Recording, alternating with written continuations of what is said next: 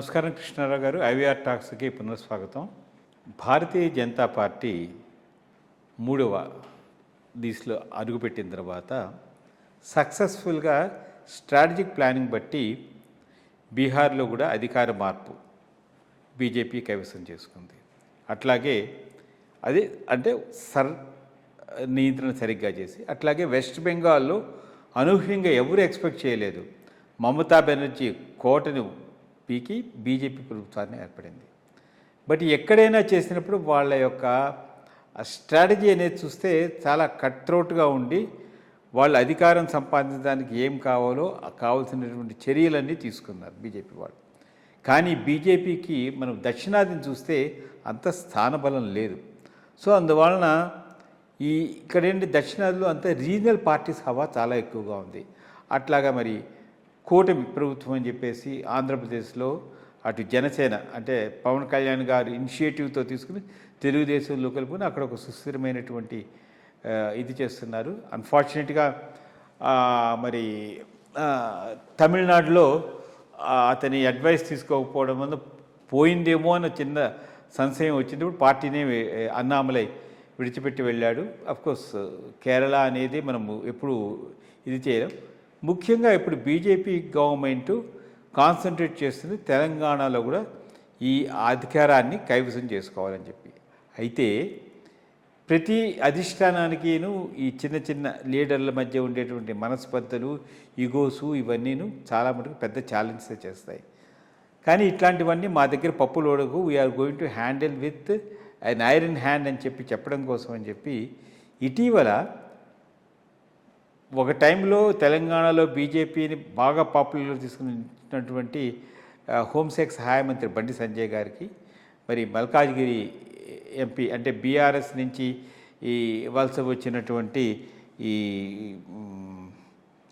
ఈటెల రాజేందర్ గారికి సయోధ్య కుదుర్చడం కోసమని లేకపోతే వాళ్ళకు ఒక విధమైనట్టు ఇచ్చేయడం కోసమని ఈ బీజేపీ లీడర్ లక్ష్మణ్ గారి ఇంట్లో అభయ్ పాటిల్ ఆయన వచ్చి వాళ్ళిద్దరిని సమావేశపరిచి అంటే ఇట్లాంటివన్నీ ఒక చాలా అంటే స్టర్న్ వార్నింగ్ కింద వచ్చినట్టు మనకు మీడియా ద్వారా తెలుస్తుంది.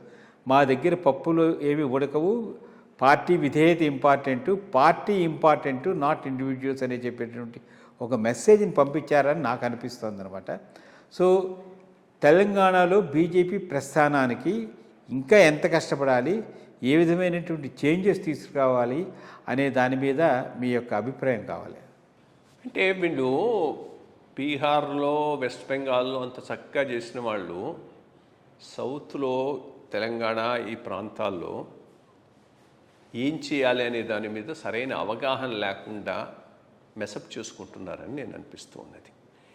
ఎందుకంటే సౌత్లో కర్ణాటక తర్వాత వీళ్లకు చాలా అనుకూలంగా ఉన్నటువంటి రాష్ట్రం తెలంగాణలో ఒక ఛాన్స్ మిస్ చేశారు. ఆ రోజే గనక బీఆర్ఎస్కు ఫేవరబుల్గా ఉన్నారు అనేటటువంటి భావన ఇవ్వకుండా స్ట్రాంగ్గా బండి సంజయ్తో ముందుకు పోయి ఉంటే ఒక పెద్ద ఫోర్స్గానైనా వచ్చి ఉండేవాళ్ళు, కొంత అడ్వాంటేజ్ వచ్చి ఉంటే గవర్నమెంట్ కూడా ఫామ్ చేసి ఉండేవాళ్ళు. ఆ అడ్వాంటేజ్ వాళ్ళు వదులుకొని కాంగ్రెస్కి ఇచ్చి కాంగ్రెస్ యాక్చువల్గా తెలంగాణలో బలపడటానికి ఒక రకంగా బీజేపీయే కారణమైంది. అదొక ఛాన్స్ కాదు. అదైన తర్వాత అదేది స్టేట్ ఎలక్షన్స్, ఆ పైన పార్లమెంట్ ఎలక్షన్స్లో ఈ లీడర్ల మొహాలు చూసి ఎవ్వడు ఓటేయలే. ఒక వేవ్ వచ్చింది అప్పుడు, మోడీ వేవ్, ఒక బీజేపీ వేవ్ తెలంగాణలో వచ్చింది. అందుకనే అన్ని సీట్లు వచ్చాయి. ఎవరిని పెట్టున్నా గెలిచి ఉండేవాడు. అదొకటి మర్చిపోకూడదు. బీజేపీ తెలంగాణలో పైకి రావాలి అంటే నువ్వు కార్యకర్తలను ఆదరించాలి, గ్రౌండ్ లెవెల్ దాకా వెళ్ళాలి.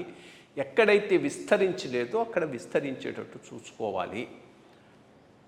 ఆ కనెక్ట్ నువ్వు బిల్డ్ చేసుకోగలిగితే ఈ లీడర్ ఎవడైనా కానీ ఓటేస్తారు. కాబట్టి ఈ లీడర్ లేదో ఇంపార్టెంట్ అన్నట్టుగా వాళ్ళలో ఏదో సయోధ్య చేయడానికి ప్రయత్నిస్తున్నట్టుగా చేయటం అనేటటువంటిది అది అసలు అవసరం లేదు. దానివల్ల అనవసరంగా వాళ్లకు లేని ఇంపార్టెన్స్ ఇస్తున్నారనేది నా భావన.